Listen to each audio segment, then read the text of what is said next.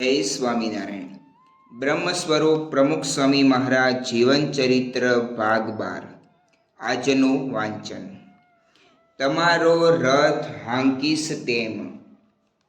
અંકલેશ્વરથી ભરૂચ પહોંચેલા સ્વામીશ્રીના સાનિધ્યમાં અહીં તારીખ 3/7ના રોજ મંદિરની દશાબ્દી, રવિવાર અને રથયાત્રાનો ત્રિવેણી સંગમ સર્જાઈ ગયો.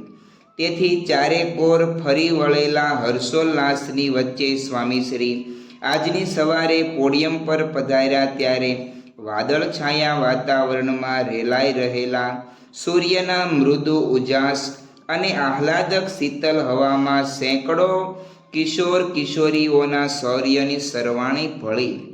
આ તરવરતી પેઢીએ અક્ષર પુરુષોત્તમના ગાને ગગન ભરી દેવાની હોંશ સાથે ફુગ્ગાના ગુચ્છ છોડી અને BAPSની ધજાઓ લહેરાવી સંગીન માહોલને રંગીન બનાવી દીધો. તેથી વ્યાપેલા આનંદની અનુભૂતિથી તરબતર પંકજભાઈ સોની અને કીર્તિભાઈ સોનીએ આજની રથયાત્રા નિમિત્તે ઠાકોરજી માટે કલાત્મક વાઘા તૈયાર કરેલા. તે તેઓ રથારૂઢ હરિકૃષ્ણ મહારાજને પહેરાવી સ્વામીશ્રી પાસે આવ્યા ત્યારે આ દર્શનથી સ્વામીશ્રી ઘણા પ્રસન્ન થયા. તે જોઈ પેલા સોની બંધુઓએ પૂછ્યું, બાપા, જેમ કૃષ્ણ અર્જુનના સારથી બનેલા એમ અમારા સારથી આપ છો ને? છું ને. સ્વામીશ્રીના મુખેથી સરી પડેલી આ સંક્ષિપ્ત છતાં શાશ્વત અને સાર્વજનિક બાંયધરી જે તેઓને લગામ સોંપે તે સૌ માટે સ્વામીશ્રીનું વરદાન છે કે હાંક્યો અર્જુનનો રથ જેમ, તમારો રથ હાંકીશ તેમ. આ સારથી કર્મ માટે સદા તત્પર તેઓએ આજની સાંજે 6 વાગતા જ રવિસભામાં પહોંચવાની વાત ઉચ્ચારી ત્યારે સેવકે પૂછ્યું, આપ જાગ્યા ત્યારથી એક ધારું બેઠા છો તો 5 મિનિટ આરામ કરીને જવું છે? આરામ જ છે મારા ભાઈ, સભામાં જઈએ, સ્વામીશ્રી બોલ્યા. તેઓને મન કથા એ જ થાક ઉતારવાનો ઉત્તમ ઉપાય હતો. કથા શ્રવણની આ અપૂર્વ આસક્તિ સાથે તેઓ રવિસભામાં પધારતા જ તેઓના ચરણે નૃત્યાંજલિ અને હૃદયાંજલિ વરસી પડી. આ ભક્તિભાવ સ્વીકારી મંચ પર બિરાજેલા સ્વામીશ્રીએ રિમોટ કંટ્રોલના યંત્ર વડે 12 મિનિટ સુધી ઠાકોરજીને રથ વિહાર કરાવી સૌને ચિરંતન સ્મૃતિદાન દઈ દીધું. એ પછી એવી જ સ્મૃતિદાયક અમૃતધારા વરસાવતા તેઓએ કહ્યું, આજે મંદિરનો દશાબ્દી ઉત્સવ અને બીજા પણ ઉત્સવો ભેગા આવી જાય એ રીતનું આયોજન કરેલું છે. સૌના સહકારથી આ મંદિરનું કામ થયું છે. તો જેણે જેણે સહકાર આપ્યો છે એ બધાને ભગવાન સુખિયા કરશે ને શાંતિ પણ થશે. સાચી વાત હાથમાં આવી છે તો મહિમા સમજી જીવનમાં દ્રઢ કરવી. જેનું મન હરિમાં આઠે જામ. તારીખ 4/7ના રોજ સાધારણ રીતે સરકી રહેલા સ્વામીશ્રીના દૈનિક ક્રમમાં પહેલી અસાધારણ નોંધ સવારના વોકિંગ વખતે લેવાઈ. મોટે ભાગે માનવીય શરીર શ્રમ ઉઠાવે ત્યારે બ્લડ પ્રેશર વધે અને વિશ્રામ લે ત્યારે તે ઘટે. પરંતુ આજે ભ્રમણ કરી રહેલા સ્વામીશ્રીનું બ્લડ પ્રેશર ઘટતું જણાયું અને વચગાલાના વિશ્રામમાં તે વધતું માલુમ પડ્યું. અલબત્ત આવી પરિસ્થિતિમાં પણ સ્વામીશ્રી સંતો દ્વારા થઈ રહેલા સત્સંગ પ્રવૃત્તિના અહેવાલ કથનને પૂરી સજાગતા સાથે સાંભળે જતા હતા. આ કૌતુક જોઈ જાણકાર સંતો અને તબીબોમાં વિમર્શ ઘણો થયો. પરંતુ સાંજે EECPની સારવારે હૃદયની પરિસ્થિતિનો ચિતાર અત્યંત સારો આપતા સૌના હૈયા હળવા થયા. જોકે સ્વામીશ્રીની અકલ લીલા આજની રાત્રે તેઓ પોઢવા પધાર્યા ત્યારે પુનરાવર્તિત થઈ. આ સમયે તેઓનું બ્લડ પ્રેશર માપવામાં આવ્યું તો તે રાબેતા મુજબનું જણાયું. પણ જ્યાં નાડી તપાસી તો તેના ધબકારા અસાધારણ રીતે વધી ગયેલા. તેથી તબીબી સાધનો દ્વારા પરીક્ષણ શરૂ થયું. તે દરમિયાન સ્વામીશ્રીને અંતેવાસીએ પૂછ્યું કે બાપા, છાતીમાં દુખાવો અનુભવાય છે?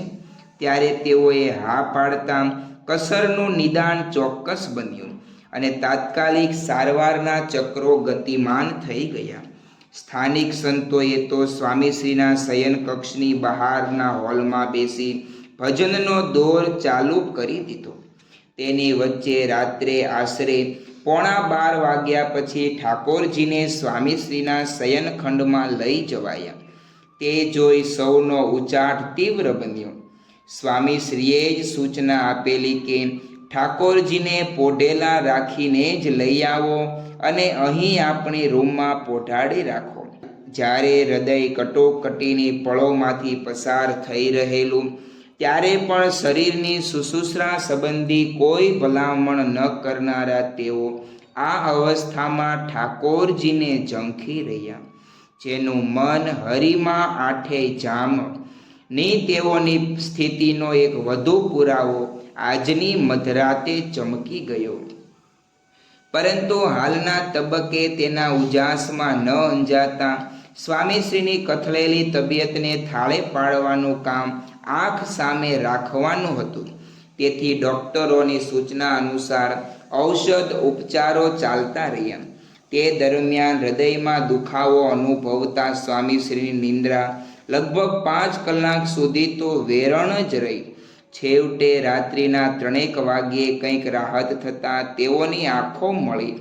તેના 1.5 કલાકમાં જ મુંબઈ, વડોદરા અને અમદાવાદથી દોડી આવેલા નિષ્ણાંત તબીબોએ સ્વામીશ્રીના સ્વાસ્થ્યની સઘન તપાસ આદરી. તેઓએ પરિસ્થિતિ કાબૂમાં જણાવી, પણ તાકીદ જરૂર કરી કે 3-4 દિવસ સુધી તો સ્વામીશ્રીને સંપૂર્ણ પથારી વશ જ રાખવા. તેની સાથે હૃદયની સીધી અને સતત દેખરેખ રાખવાની સૂચના અપાઈ. ભક્તિ કરવા ધૈર્યો અવતાર. તારીખ 4-7ની રાત્રે સ્વામીશ્રીને આવેલો હૃદય રોગનો હુમલો તારીખ 5-7ની સવારે તો સૌની જાણમાં આવી ગયેલો.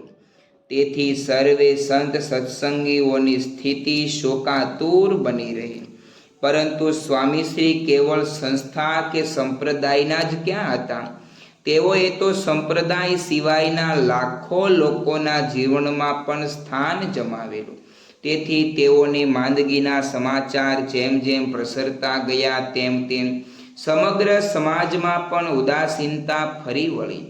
એકે એકના અંતર સ્વામીશ્રીના સુખ સ્મૃતિ અને ઉપહાર ઉપકારને સંભાળતા વિહ્વળ થતા ચાલ્યા. એ જ અવસ્થામાં ઠેર ઠેર પ્રાર્થનાઓના પૂર વહી રહ્યા. વ્રત ઉપવાસની શૃંખલાઓ રચાઈ ગઈ. માળા પ્રદક્ષિણાનો દોર આરંભાઈ ગયો. તેની વચ્ચે સ્વામીશ્રી તારીખ 5-7ના રોજ નિત્ય વિધિથી પરવાર્યા ત્યારે સવારના 11 વાગી ચૂકેલા.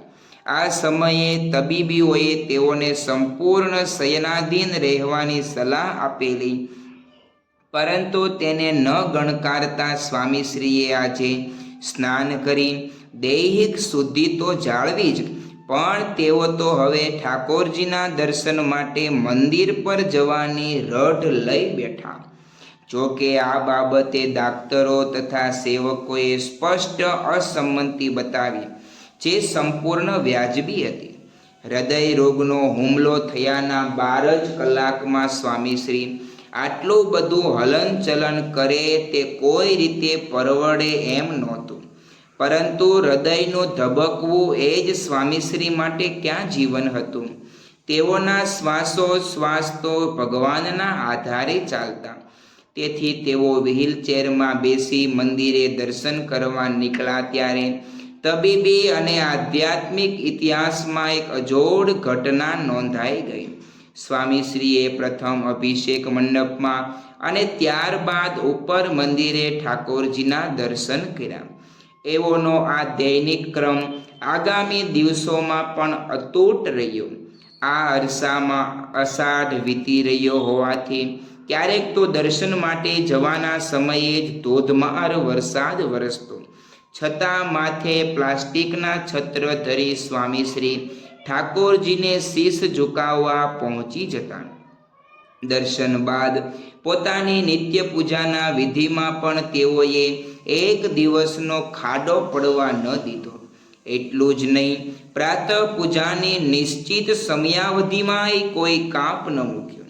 પૂજા કરવા બિરાજેલા તેઓ પ્રતિદિન પોણો કલાક સુધી એકાગ્ર ચિત્તે માળા ફેરવતા.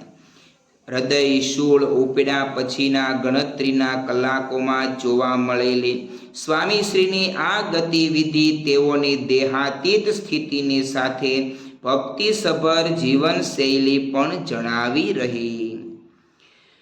પરહિતકારી અને પરમ હિતકારી. જેમ કાળા ડિબાંગ વાદળાઓની ઘટા ભેદીને ચમકતો સૂર્ય અધિક પ્રભાવશાળી જણાય છે, તેમ અતિ વિકટ શારીરિક અસ્વસ્થતા વચ્ચે ઉભરી આવતી સ્વામીશ્રીની આંતરિક સ્વસ્થતા તેઓને અધિક સોહામણા બનાવી મૂકતી. એઓના જીવનમાં આવેલી પ્રત્યેક માંદગીમાં થયેલું આ દર્શન આ વખતે પણ અકબંધ જ રહ્યું. તેની એક ઝાંખી તારીખ 6/7ની સવારે મળી. આ સમયે પૂર્વ નિર્ધારિત ક્રમ અનુસાર અત્રે આવી પહોંચેલા ઈશ્વર ચરણદાસ સ્વામી સાથે સ્વામીશ્રીએ એક મીટિંગ યોજી દીધી. તેમાંથી બપોરના 12 વાગે પરવાર્યા બાદ થોડો વિશ્રામ લઈ સાંજે વળી સ્વામીશ્રીએ ડૉક્ટરને પૂછ્યું, મારી બાજુમાં બેસી કોઈ પત્ર વાંચે ને હું સૂતા સૂતા સાંભળું એ ચાલે કે નહીં? તેઓના આ શબ્દોમાંથી કરુણા અને કર્મઠતા જ નીતરી રહ્યા. હૃદય રોગથી કષ્ટાતા સ્વામીશ્રીને ચિંતા હતી ભક્તોની, પોતાના શરીરની નહીં. આવી ગંભીર બીમારીમાં પણ તેઓ સેવા માટે ટળવળતા હતા, સૂવા માટે નહીં. દેહની પરવા કર્યા સિવાય સેવારત રહેવાની પ્રમુખ પ્રતિજ્ઞાનું કેવું અભંગ પાલન! આ ગરવું દર્શન તારીખ 7/7ની સવારે પણ પુનરાવર્તિત થયું.